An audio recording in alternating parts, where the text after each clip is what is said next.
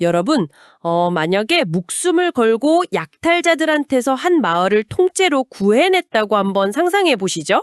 네, 진짜 영화 같은 상황이죠. 맞아요. 그런데 불과 며칠 뒤에 그 마을 사람들이 여러분을 적한테 팔아넘기려 한다는 걸 알게 되면 어떨까요? 엄청난 배신감에 막 분노가 치밀어 오르지 않을까요? 오늘 우리가 깊이 파헤쳐 볼 자료는 바로 이 상황이 담긴 고대 문헌 사무엘상 23장입니다. 아, 그 유명한 텍스트네요. 네, 이걸 그냥 뻔한 옛날 이야기가 아니라 그 극한의 위기 관리나 인간의 배신, 그리고 아주 냉혹한 리더십에 대한 스릴 넘치는 케이스 스터디로 접근해 보는 게 오늘 저희의 미션입니다. 진짜 흥미로운 접근이네요. 이 상황의 주인공인 다윗은 당시에 무려 600명이나 되는 도망자 무리를 이끌고 있었거든요. 유다 지역에 숨어 지내는 것만으로도 막 벅찬 그런 상황이었는데 블레셋이라는 외적이 그일라 마을을 약탈한다는 소식을 듣고 굳이 개입을 하게 됩니다. 아니 잠깐만요. 도망자 신세인데 남을 돕는다고요? 솔직히 제 상식으로는 이게 도저히 이해가 안 가거든요. 자기들 생존이 최우선인 상황에서 왜 그렇게 거대한 위험을 감수한 걸까요? 그러니까요. 그래서 다윗도 신에게 2번이나 묻고 또 묻는 과정을 거칩니다. 그런데 정말 흥미로운 건 그 다음 상황이에요. 네, 어떤 상황이죠? 다윗을 집요하게 쫓던 사울 왕이 이 소식을 듣고 군대를 몰고 오려고 하거든요. 그때 다윗은 자기가 목숨 걸고 구해준 이 그일라 사람들이 과연 자기를 사울에게 넘겨줄지 확인을 합니다. 와, 배신할지 미리 떠보는 거군요. 맞아요. 이때 에봇이라는 도구를 사용하는데요. 그 안에는 우림과 둠밈이라는 일종의 제비뽑기 도구가 있어서 예 혹은 아니오라는 아주 이분법적이고 철저하게 객관적인 답을 도출할 수 있었거든요. 그러니까 막 직감이나 서운한 감정에 의존한 게 아니라 철저하게 시스템을 통해서 데이터를 확인한 거네요. 정확합니다. 감정을 완전히 배제한 거죠. 저 같으면 내가 너희를 어떻게 구했는데 하면서 억울해서라도 막 마을 사람들 멱살을 잡고 따졌을 텐데 말이죠. 이건 마치 스타트업 창업자가 파트너사를 위기에서 구해줬더니 그 파트너사가 적대적 기업 사냥꾼한테 핵심 정보를 넘기려는 상황이랑 똑같잖아요. 비유가 아주 찰떡이네요. 다윗은 사람들이 자기를 넘길 거라는 그렇다라는 확답을 듣자마자 어떻게 반응했는지 아시나요? 막 화를 내면서 복수하려나요? 아니요. 일말의 미련도 없이 바로 600명을 데리고 마을을 빠져나와서 도망칩니다. 여기서 우리는 다윗의 아주 탁월한 리스크 관리 능력을 볼 수 있어요. 서운함 같은 감정적 노이즈를 그냥 완벽하게 차단해버린 거군요. 맞습니다. 싸울 때랑 물러설 때를 정확히 계산한 거죠. 에봇이라는 객관적 지표를 통해서 자기 안의 확증 편향이나 억울함을 다 빼버리고 생존이라는 최상의 목적 하나에만 딱 집중을 한 겁니다. 감정을 배제한 생존 전략이라 진짜 대단하네요. 그런데 다윗이 그렇게 황무지로 도망친 이후의 전개를 보면요. 인간관계가 너무 극명하게 대비돼서 머리가 좀 복잡해지더라고요. 아, 그 요나단과 10사람들 이야기 말씀하시는 거죠? 네네. 정작 다윗을 죽이려는 사울 왕의 친아들인 요나단은 숲으로 몰래 찾아와서 위로를 건네잖아요. 네가 다음 왕이 될 거다 이러면서 언약까지 맺고요.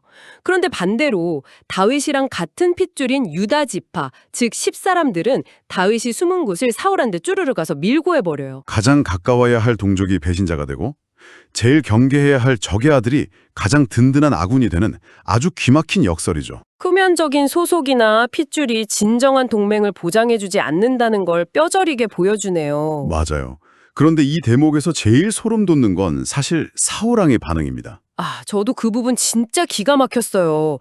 무고한 사람을 잡으려고 막 눈이 뒤집혀 있으면서 밀고자들한테는 여호와께 복받기를 원하노라 하면서 막 신의 이름으로 축복을 한단 말이죠. 사람을 죽이려는 자가 배신자들을 축복한다. 심리적으로 참 이상하죠. 제 말이요. 이게 도대체 어떻게 가능한 건가요? 스스로 찔리지도 않나 봐요. 이게 바로 권력과 야망이 인간의 인식 구조를 어떻게 왜곡하는지 보여주는 아주 전형적인 사례입니다. 인간은 어떤 압도적인 목표에 집착하게 되면 그 목표를 돕는 모든 정보를 그냥 다 옳은 것 혹은 정의로 둔갑시켜버리거든요. 내가 스스로를 속이는 거네요. 네, 확증 편향의 아주 극단적인 형태죠.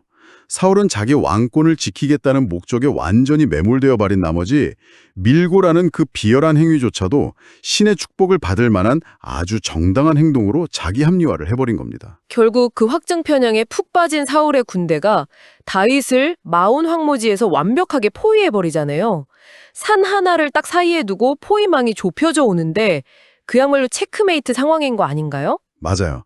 다윗의 그 치밀했던 리스크 관리 능력으로도 도저히 빠져나갈 수 없는 완전한 절체절명의 순간이었죠. 그럼 거기서 다윗의 운명은 끝나는 건가요? 그런데 바로 그 찰나에 사울한테 전령이 다급하게 도착합니다. 블레셋이 우리 땅을 침공했습니다. 라고요. 이 급부를 듣고 사울은 어쩔 수 없이 다윗 추격을 포기하고 군대를 돌리게 되죠. 와, 대박이네요. 네.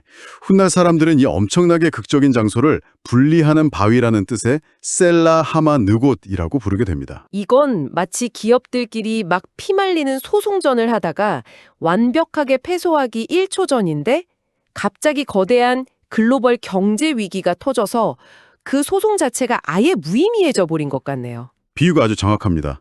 우리는 보통 우리가 세운 계획이나 리스크 관리가 모든 결과를 다 통제할 수 있다고 착각하잖아요. 맞아요. 내가 다 대비할 수 있다고 믿죠. 하지만 이 기록은요, 때로는 그 적군의 침공 같은 전혀 예상치 못한 시스템 밖의 변수가 우리의 상황을 180도 완전히 뒤바꿔 놓을 수도 있다는 아주 현실적인 교훈을 줍니다. 와, 오늘 우리가 깊이 파헤쳐본 이 기록은 결국 정보의 혼란 속에서 어떻게 객관성을 유지할 것인가, 그리고 야망이 만들어내는 확증 편향이 얼마나 위험한가, 마지막으로 우리가 통제할 수 없는 변수에 대한 이야기였네요. 네, 이 고대 텍스트가 현대인들에게도 엄청나게 묵직한 메시지를 던져주고 있죠.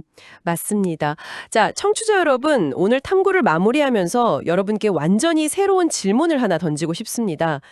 우리는 방금 다윗을 살려준 그 블레셋의 침공을 기막힌 우연이나 구원으로 이야기했잖아요. 네, 다윗 입장에서는 정말 기적 같은 타이밍이었으니까요. 그런데 여러분의 삶은 어떨까요?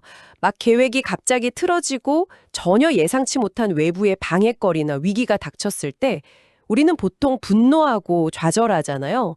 왜 나한테 이런 일이 생기나 하고요. 그렇죠. 짜증부터 나게 마련이죠. 그런데 어쩌면 지금 여러분을 귀찮게 하고 멈춰 세우는 그 짜증나는 방해물이 사실은 여러분이 돌이킬 수 없는 치명적인 실수를 저지르기 직전에 당신을 구원하고 있는 여러분만의 셀라 하마노곳은 아닐까요? 오늘 하루 내 계획을 가로막는 뜻밖의 변수들을 조금은 새로운 시선으로 바라보시길 바랍니다.